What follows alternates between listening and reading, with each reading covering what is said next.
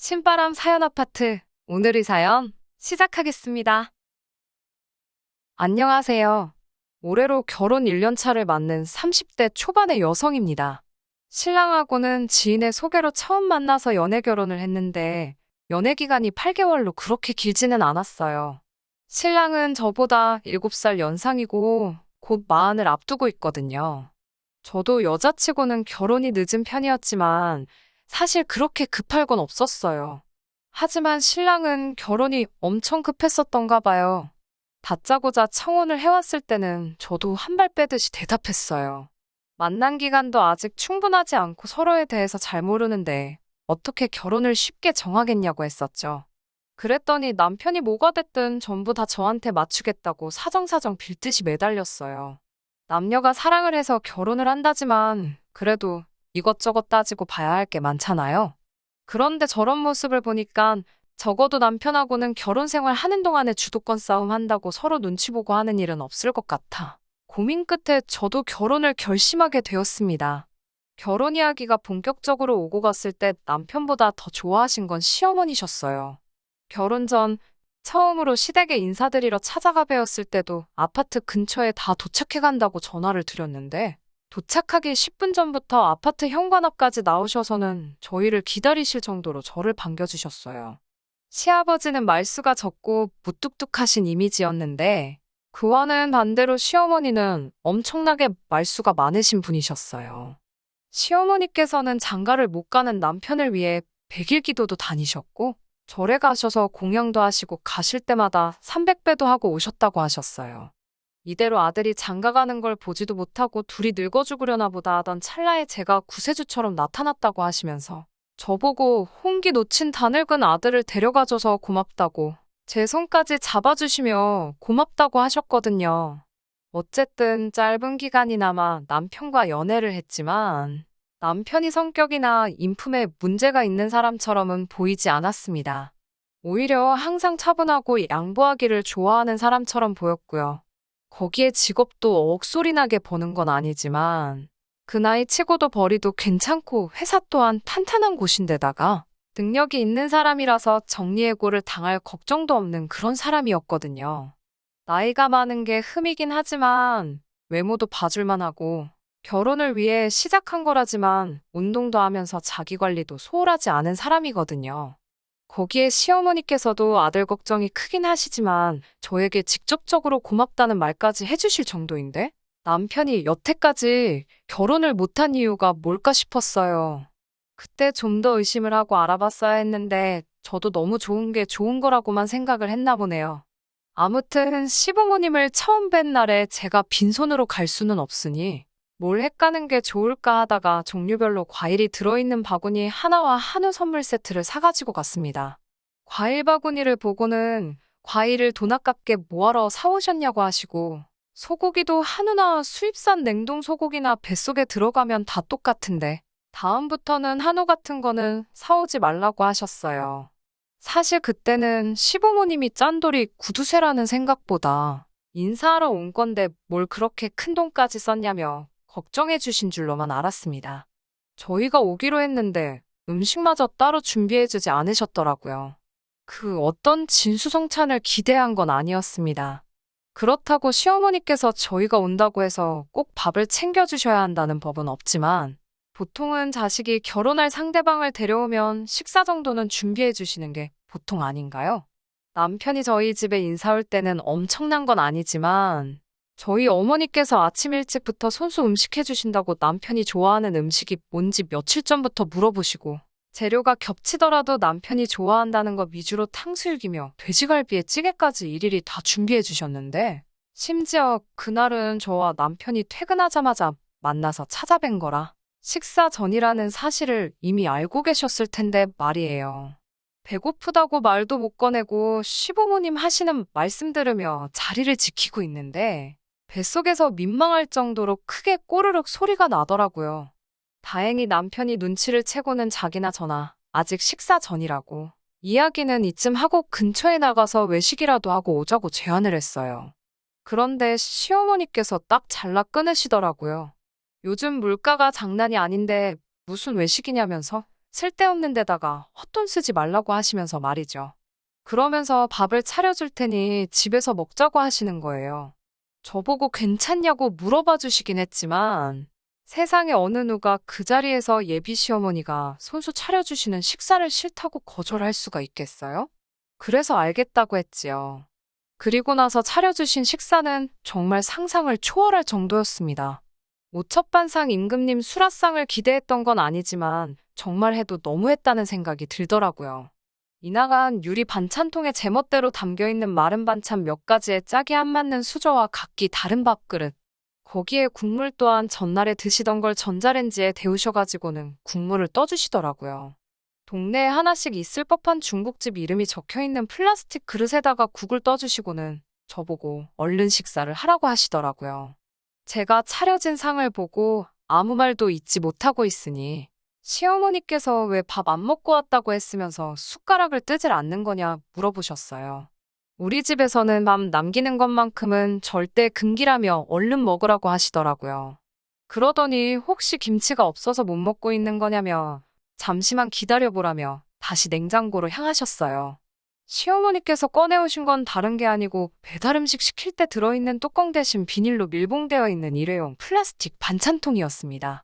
언제 시키신 건지 그 안에 있는 김치가 말라비틀어져 들어있었어요. 어머님은 나중에 찌개 끓일 때 넣으려고 한 거였는데 며느리 될 사람인 저를 위해 특별히 기분을 내셨다며 밀봉된 포장을 뜯어 제 앞에 놔주시더군요. 정말 먹기 싫었는데 밥 남기는 거는 절대 용납 못한다고 하셨던 말 때문에 딴소리도 못하고 먹을 수밖에 없었어요. 수치심이나 모멸감까지 들지는 않았지만 이런 대접을 받는 게 맞는 건가 하는 생각에 속이 살짝 상하더라고요. 화가 나기 시작하니까 긴장이 서서히 풀리기 시작했고 그때부터 시부모님 집안의 가구들이며 그런 게 눈에 들어오기 시작했어요. 지은 지 얼마 안 된 40평형 신축 아파트인데 집안에 있는 가구들이 새 아파트와 어울리지 않는다는 게 눈에 들어왔습니다. 정취를 알릴 때 튀어나와 철컥철컥 소리만 내고 있는 망가진 뻐꾸기 시계며 가죽이 해질 대로 해져 있는 소파, 색깔이 맞지 않는 장식장과 서랍장 등등 세월의 흔적은 물론 어디서 주워오신 게 아닐까 싶은 가구들이 많았어요. 심지어 텔레비전마저도 저희 집에서 15년 전에나 썼을 법한 두껍고 커다란 상자 같은 텔레비전을 아직도 쓰고 계시더라고요. 그때 딱 눈치를 챘습니다. 시부모님이 엄청난 구두쇠라는 사실을요. 인사를 마치고 나오는 길에도 남편은 이미 제가 화내 있을 거라는 걸 알고 있더라고요.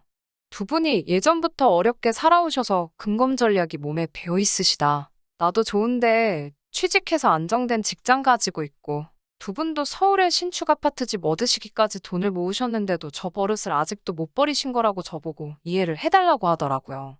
미리 말을 해줬으면 좋았겠지 않냐고 따졌더니 남편이 어려워하면서 사실 제가 결혼하려고 데려온 첫 상대방도 아니고 전적이 몇 번 있었는데 다들 두 분이 하시는 꼴을 보고 치를 떨고 떠나간 거라 그 사실을 말해주기가 어려웠다고 솔직하게 털어놓더라고요.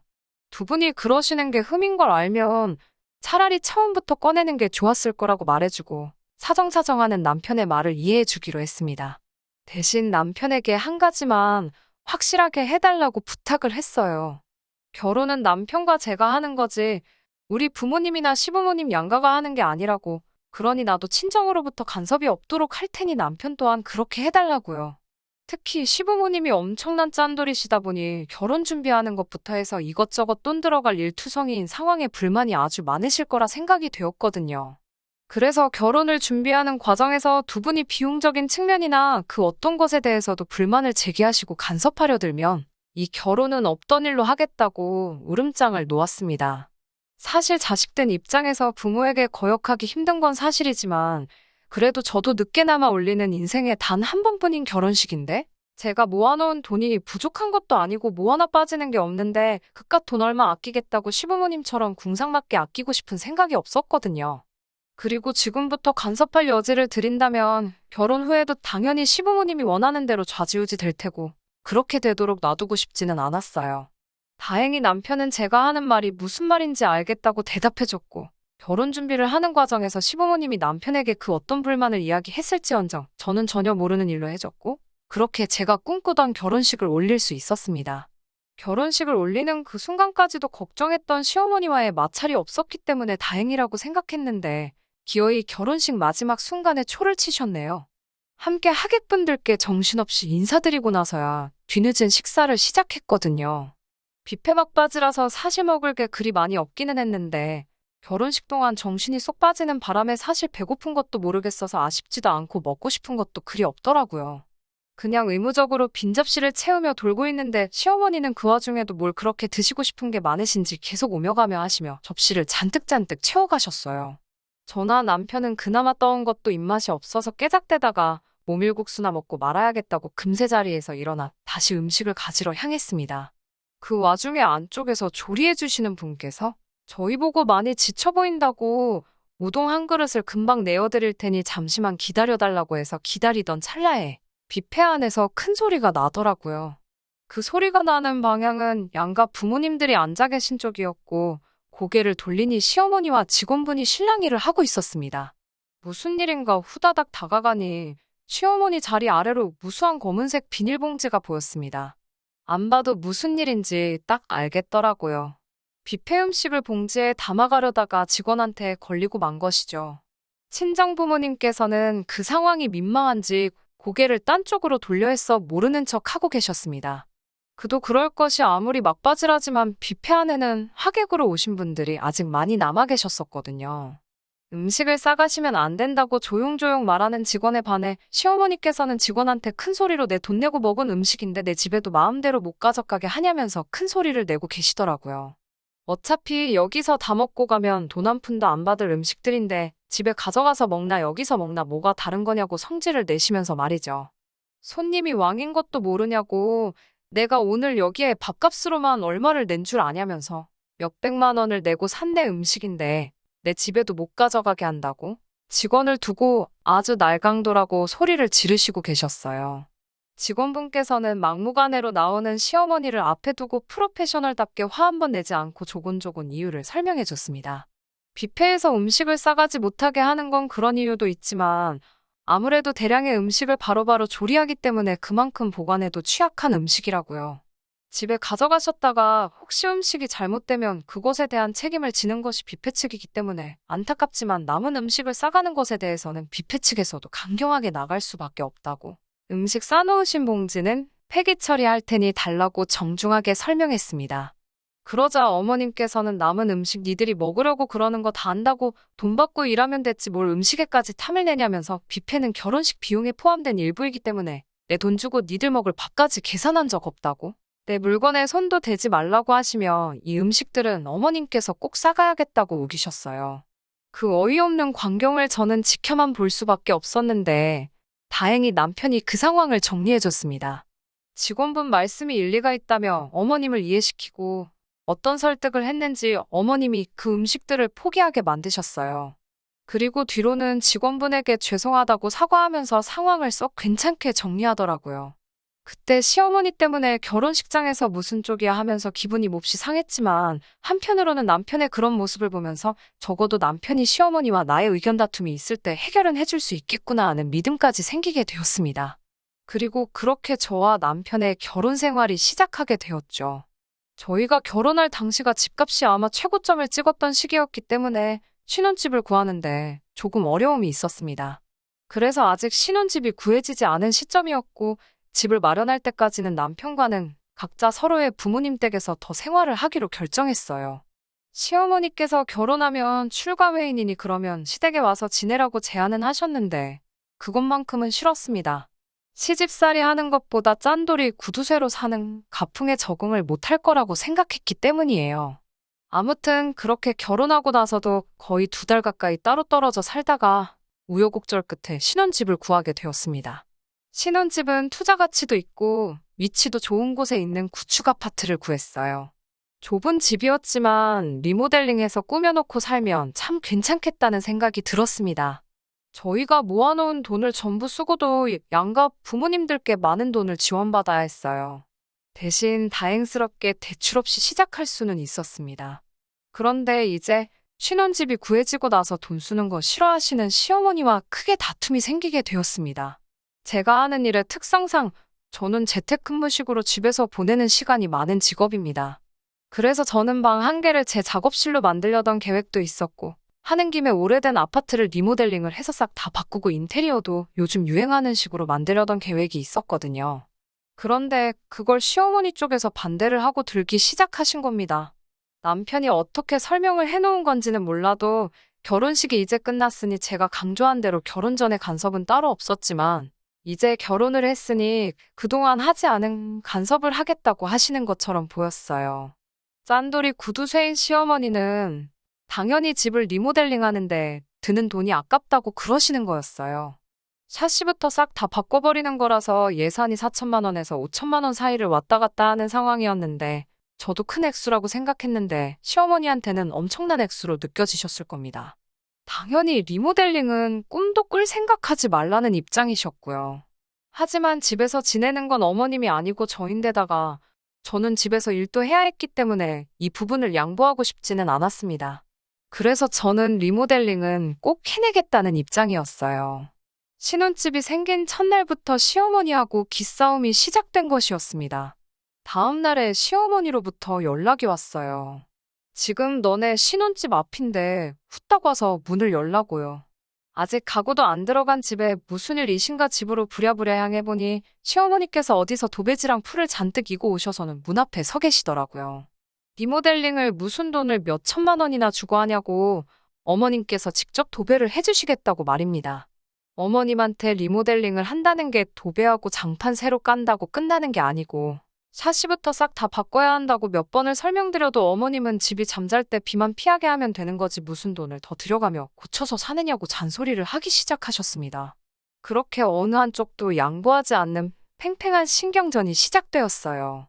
남편에게는 퇴근 후에 편히 쉴 수 있는 공간이기도 했지만 저에게는 그것과 더불어 일마저도 집에서 해야 했기 때문에 집이라는 공간을 좀 더 효율적으로 쓰기 위해서는 리모델링은 꼭 해야 하는 일이었어요.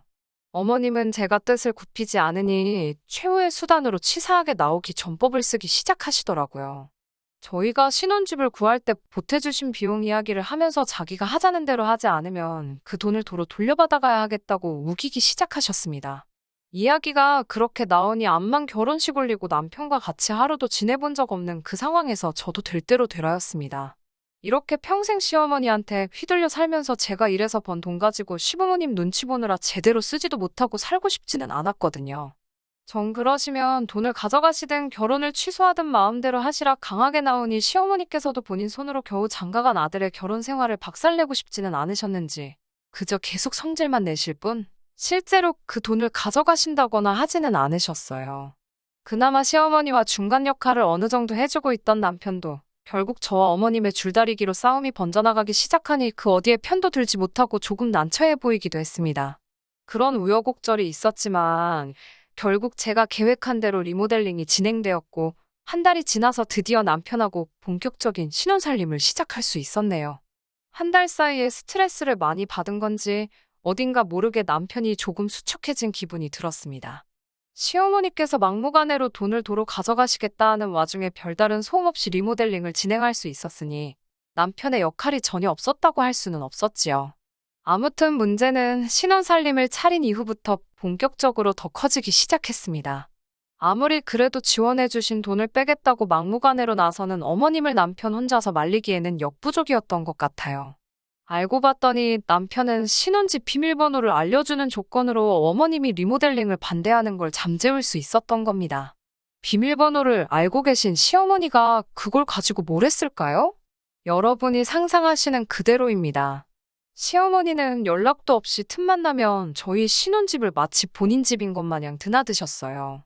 남편은 회사에 나가 있기 때문에 마주칠 일이 거의 없었지만 집에서 일을 하는 저에게는 그것만큼 힘든 일이 또 따로 없었습니다. 게다가 그냥 제가 걱정돼서 오셨다 가는 게 아니었으니 그게 또 문제였어요. 말도 없이 들어오셔서는 전기세 나온다고 집에 있는 콘센트를 다 빼버리시는 건 물론 난방비가 많이 나온다 하시며 보일러를 꺼버리는 건 기본이고 냉장고를 열어가지고는 너네는 무슨 돈이 그렇게 남아 돌아서 과일 같은 걸 사 먹느냐며 잔소리까지 하십니다.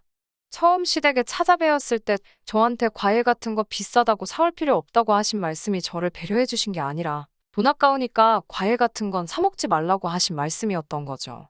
달달한 게 땡기면 냉수에다가 설탕을 타 먹으면 될 일 아니냐며 과일 사 먹고 돈을 언제 모으냐며 잔소리를 하시더라고요.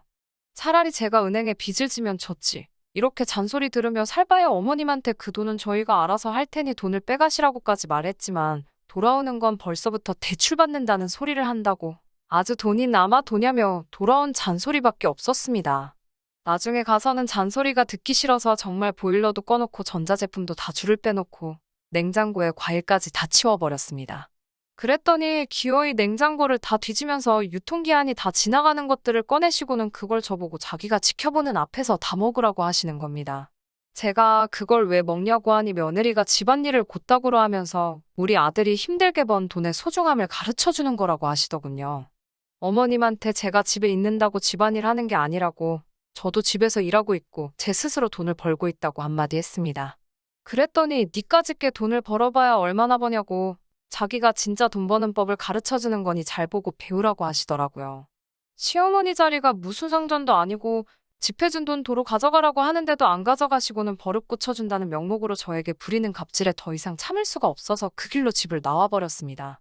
그리고 곧바로 남편한테 전화를 걸었어요. 와서 어머님 어떻게 안 해놓으면 저도 더 이상 안 참겠다고 한마디 하니 남편이 그 길로 곧바로 조기 퇴근을 해서 불이 나게 집으로 오더라고요. 주차장에서 남편을 만나 어머님과 단판 지으러 집으로 들어갔습니다.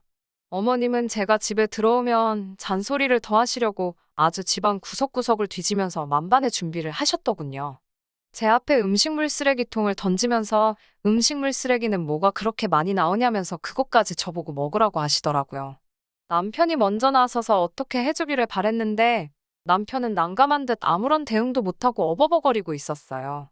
그걸 지켜보다가 답답해진 저는 어머님한테 그걸 어떻게 먹냐고 어머님은 그런 거 드시냐고 한마디 했죠. 어머님은 자기는 음식물 쓰레기를 만들지도 않고 설령 음식물 찌꺼기가 생기면 그날 저녁에 밥에다가 고추장을 넣고 비벼 먹으면 되는 거 아니냐고 또 그 자린고비 노하우를 저에게 전수해 주시더라고요. 그 말을 듣자마자 아무 말 없이 밥솥에 있는 찬밥 한 주걱을 떠서 양푼에 담고 음식물 쓰레기와 유통기한 지난 것들을 한데 모아 비벼버렸어요. 그리고 그 양푼을 남편 앞에 던져줬습니다. 어머님 말씀 들었지 않냐고 음식 남기는 게 돈 낭비라고 하시니 책임지고 다 먹으라고 남편에게 줘버렸어요. 남편은 음식물 쓰레기가 담긴 양푼 비빔밥을 들고 아무 말도 하지 못하고 있었고 어머님은 당연히 그 장면을 보고 노발대발 하시면서 그걸 너 먹으라고 준 거지 우리 아들 먹이라고 준 것인 줄 아냐면서 연신성화였습니다.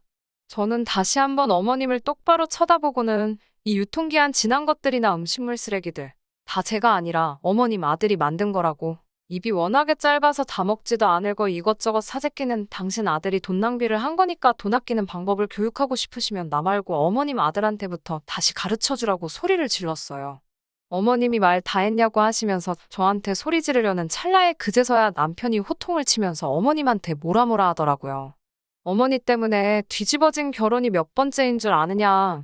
그런 어머니인 줄 다 알고도 결혼해준 며느리한테 잘해주시지는 못할 망정. 아예 이번 기회에 파혼시킨 것도 모자라서 자기를 이혼남을 만들 생각이냐면서 그만 좀 하시라고 하더라고요. 그리고 제가 집에서 일을 하고 있어도 자기가 회사 나가서 버는 것보다 더 많이 벌고 있다고. 그런데 집안일까지 맡아서 해주고 있으면 집에서 업고 다녀도 모자랄 정도인데 어머니가 나서서 마음 떠나게 하고 계시는 거냐 소리쳤습니다. 집 살 때 보태주신 돈은 가져가려면 가져가라고 은행 이자가 얼마나 비싸던 간에 그 돈 내고 스트레스 안 받고 사는 게 오히려 더 싸게 먹히겠다고 하면서 집 비밀번호도 바꿔버리고 전화번호도 싹 다 바꿔버릴 테니까 더 이상 자기 인생에 간섭 안 하실 결심이 있으면 그때 가서 뵙자고 그때까지는 아무리 어머니나 아버지라고 해도 모르는 척 할 것이고 자기도 자기 인생 살겠다고 소리를 치더라고요.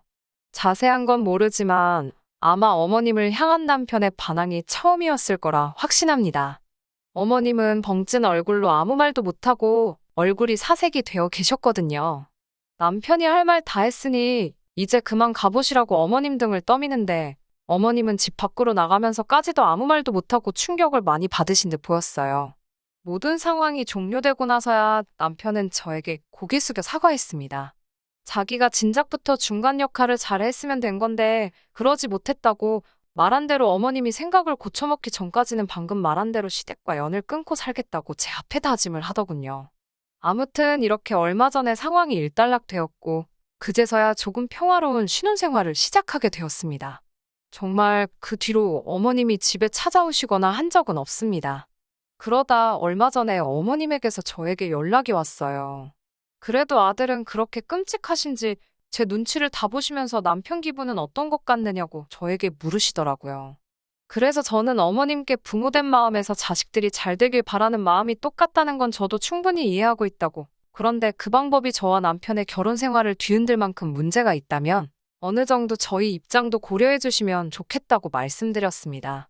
저라고 며느리 된 입장에서 시부모님이 며느리 눈치 보면서 사는 거 넣지 않는다고요. 저도 결혼 후에 어떨까 늘 그려오던 시부모님과 저희 관계가 있고 저로 인해서 가정의 화목이 깨지는 건 원치 않는다고 했어요. 어머님이 그제서야 저에게 그동안 미안했다고 너희는 너희들만의 방법이 있는 건데 내가 악착같이 돈 모으던 걸 생각하고 그걸 너희들에게 강요하려 했다며 저희한테도 구두쇠 습관을 강요하는 건 그만하시겠다고 하셨습니다. 그리고 앞으로 잘 지내보자고 하셨어요. 이 이야기를 전해들은 남편은 사람이 그렇게 쉽게 변하는 게 아니라고 하면서 내키지 않는다는 식으로 나왔습니다. 하지만 그렇다고 저와 시어머니의 불화로 남편이 가족과 연을 끊고 살게 할 생각은 없거든요. 그리고 여차하면 남편이 가족이 아니라 제 편을 더 먼저 들어준다는 확신이 생겼으니 다시 한번 온 가족이 화목하게 살 수 있는 이 기회를 놓치지 않아 보려고 해요. 남편이나 저나 둘 다 늦게 한 결혼인 만큼 단 하루도 후회 없이 살고 싶습니다. 사연 들어주신 분들도 앞으로 저희 식구들의 행복을 빌어주세요. 그러면 저는 이제 저희 이야기를 끝내도록 하겠습니다. 끝까지 들어주셔서 감사합니다. 오늘의 사연은 여기까지입니다. 구독과 좋아요, 알람 설정 부탁드리고 더 좋은 사연으로 다시 찾아뵙겠습니다. 감사합니다.